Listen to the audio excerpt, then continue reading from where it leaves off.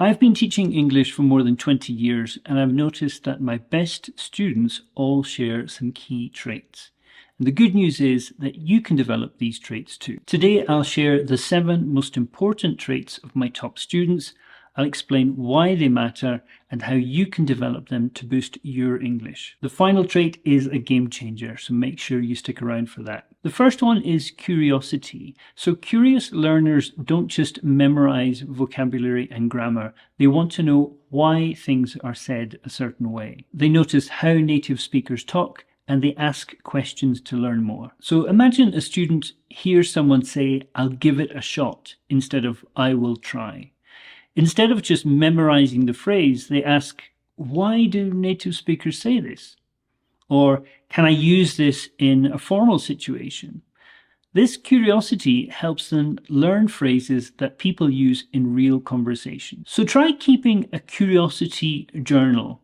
So any word or phrase that you don't understand, take a note of it. You can check it later, maybe in a dictionary, or you can ask your teacher to help you. The more questions you ask, the more you're going to learn. Next, we have focused listening. Native speakers can speak very, very quickly, and it's easy to miss details. If you're able to focus when you're listening, you're going to pick up on pronunciation, stress, and the rhythm of English. And this is really going to help you later on when you start speaking. If a student hears, "Want to grab a coffee?" instead of just understanding the meaning, they also notice that "want to" sounds like "wanna," and then they try using this same pronunciation when they speak. So you can try this with shadowing. So listen to a sentence and then try to repeat it as closely as you can.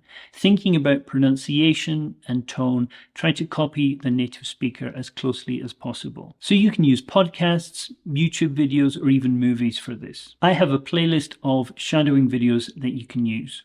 You can check it out up here. So next we have a passion for communication. I've said many times on this channel that fluency isn't about perfect English. It's about using the language that you know to get your point across as best as possible. Always remember that the goal is communication, not perfection. So for example, you might be in a coffee shop and you want a straw, but you don't know the word straw. So instead of just giving up, you might say, "Can I have that thing you use to drink, the long plastic thing you put in the cup?" And the barista will surely understand what you want. So this is a really important skill. It's called paraphrasing. You're not always going to know the word that you need in the moment, and you need to go around that word using what you already know. So learning how to describe things in different words is a really important skill. Just remember, don't give up. Try to use your creativity to get through the interaction as best as possible. So next we have self-motivation. So part of my job as a teacher is to push students so that they do the work. But students also need to be able to push themselves, and this is where self-motivation is important. So my best students are often the ones who don't wait for me to tell them what to do. They take charge of their learning because they know English will help them in the future, maybe in their career or personal life. So a student with good self-motivation might set a daily goal for outside of class. This could be watching 10 minutes of an English TV show or writing a short journal entry. So even when they're busy, they find small ways to practice every day. So 2 things you can think about here are, number 1, think about your why. Why are you studying English? You might be studying just to practice the test that your teacher gave you, but I want you to also think about your future. If you got your English to a high level, how will that impact your future? It might mean a better job. It might mean that you have the confidence to travel more. The second point here is you can try the don't break the chain method for studying. So if you have a paper calendar, mark with a cross every day that you study. And the idea is that you want to create a chain of crosses on your calendar. You don't want to break that chain. So this is a great way to develop the daily habit of studying. Next, we have confidence. Now, many students are afraid to make mistakes, but mistakes are an important part of learning. Confidence doesn't come from being perfect. It comes from practicing and improving over time. My confident students would often join the International Society at the university and talk to international students. So even though they knew they would make some mistakes, they didn't worry. They focused on speaking, enjoying the conversation, and having fun, just trying to get their point across. So you can try to set yourself a little bravery challenge each day.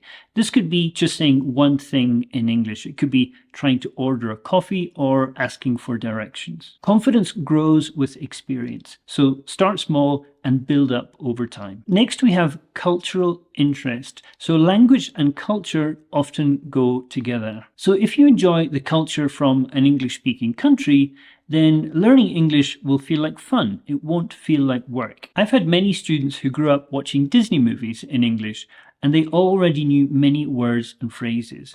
Other students enjoy listening to Western music, and they've learned a lot of words from song lyrics. So find something that you love doing in English. It could be watching movies, listening to music, or reading. If you enjoy it, you'll learn naturally without feeling like you're studying. And lastly, we have a growth mindset. So believing that you can improve. Your mindset is so important. If you believe that you can get better, then you'll keep studying even when things are difficult. It was always very sad for me when I saw students who didn't have a growth mindset.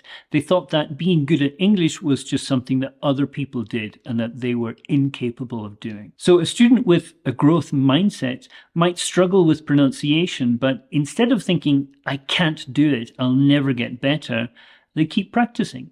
And a few months later, their pronunciation has improved a lot. So try to change the voice in your head. Instead of saying, I'm bad at English, say to yourself, I'm still learning. Progress takes time.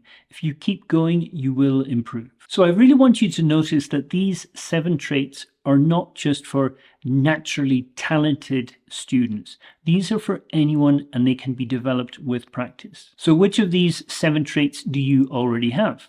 And which ones do you need to work on? Let me know in the comments. If you found this helpful, don't forget to like and subscribe. And if you want more tips for improving your English, check out this playlist here. I'll see you there.